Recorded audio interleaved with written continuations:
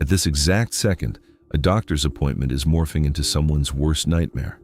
They are handed a label, a diagnosis. In that freezing second, a lifetime of invisible struggle gets a name, leaving them with the terrifying realization that their brain is broken. The word they hear, whether it is anxiety, depression, OCD, ADHD, schizophrenia, or bipolar disorder, is handed to them like a verdict, like proof that something inside them went wrong. But what if that is exactly backwards?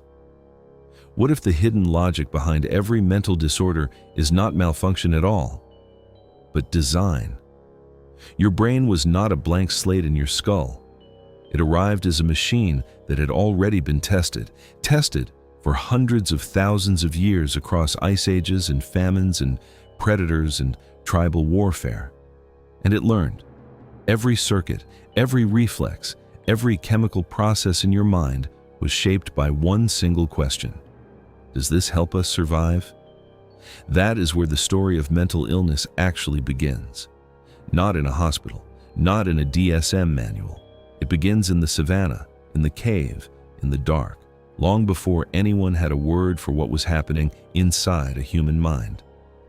Randolph Nesse, an evolutionary psychiatrist at Arizona State University, spent decades asking a question that most of his colleagues considered strange. What if the symptoms we call mental illness are not errors in the system, but features of it? He called it the smoke detector problem. A smoke detector, he pointed out, is not supposed to be accurate. It is supposed to be safe.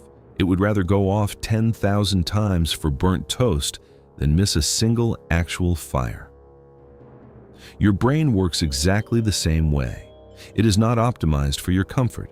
It is optimized to keep you alive, even if that means making you miserable. Start with anxiety. Right now, roughly 280 million people worldwide carry an anxiety disorder diagnosis.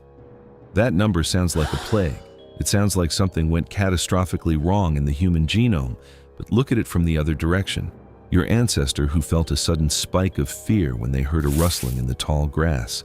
That ancestor survived. They ran, they hid. Their heart rate climbed, their muscles flooded with blood, their pupils dilated to let in more light.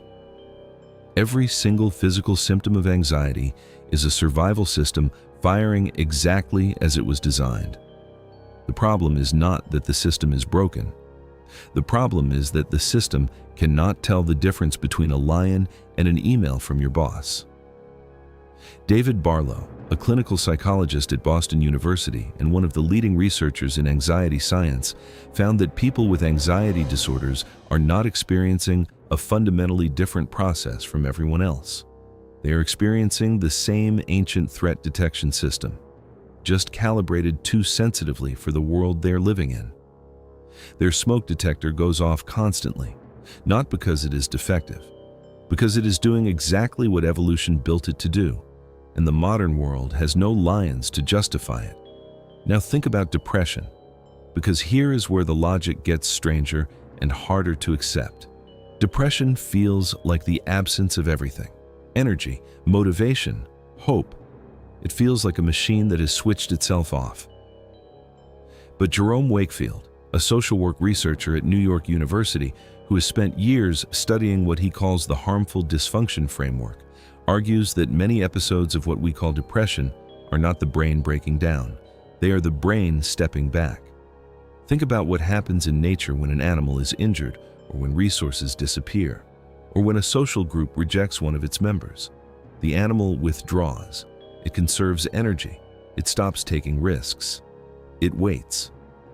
In a world without hospitals or antidepressants, that withdrawal was the rational response. Pull back. Reassess.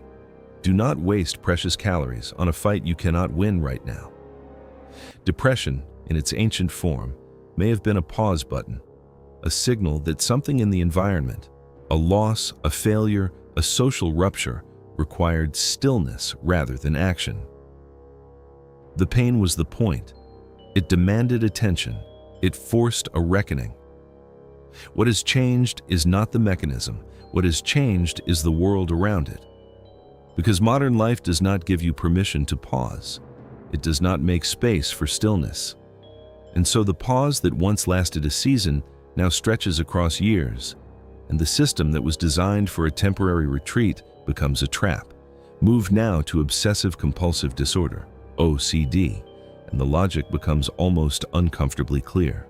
People with OCD perform rituals.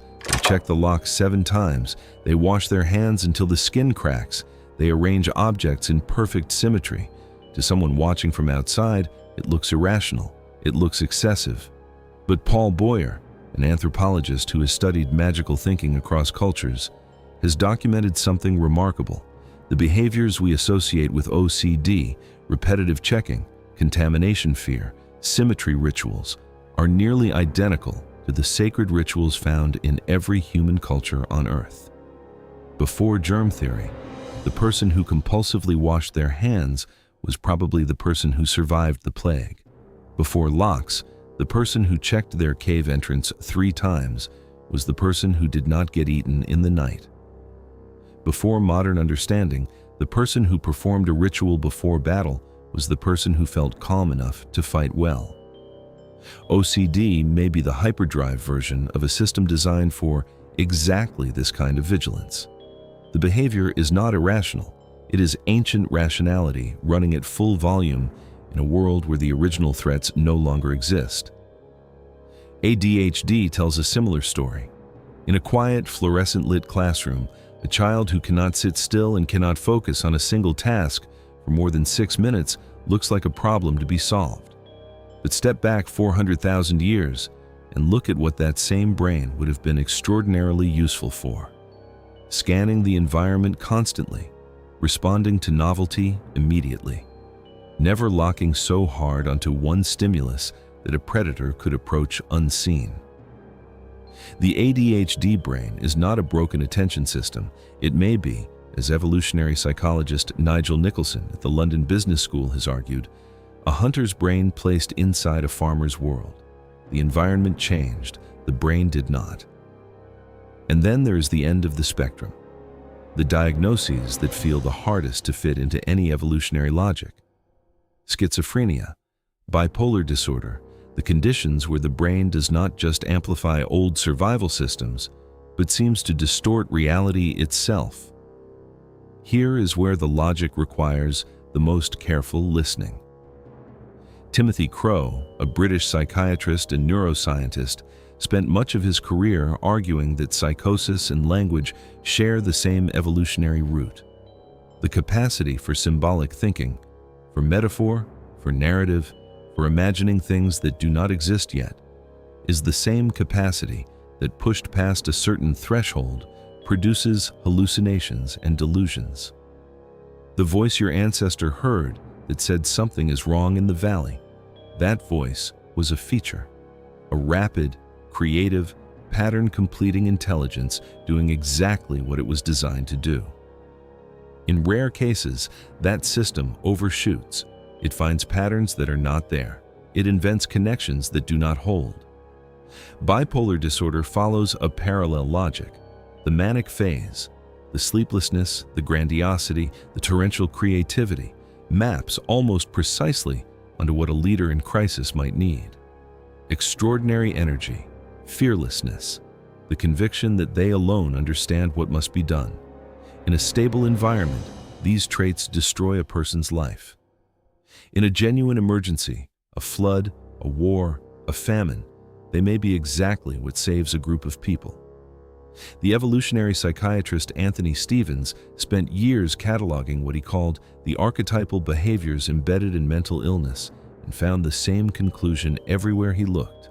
These are not diseases that arrived from outside the human system. They are the human system, ancient, powerful, badly fitted to a world that evolved faster than the brain could follow. Which brings you back to the moment you started this video. Someone sitting in a doctor's office, receiving a label, being told that their brain is broken. And maybe the truest thing that could be said in that moment, without dismissing the very real suffering, without pretending the pain is not real, without suggesting they do not need help, is this: your brain is not broken. It is running ancient code in a modern world. The software is yours. It is human. What changed was the operating system around it. Every mental disorder has a hidden logic. The anxiety that will not let you sleep was once the watchfulness that kept your ancestors breathing. The depression that empties your days was once a pause that stopped them from wasting energy on a lost cause. The obsession was once a ritual that kept the village safe. The restlessness was once the scanning that caught the predator before it struck. The suffering is real. That must never be forgotten. The treatments are necessary. The help is not optional. But understanding where the disorder comes from changes something. It changes the story you tell yourself, not a broken machine, not a failed person, a human animal carrying ancient tools into a world that no longer needs them, and trying, every day, to figure out what to do with that. Tonight, when you lie awake at 3 a.m. and your mind will not stop searching for threats that do not exist, remember where that restlessness came from.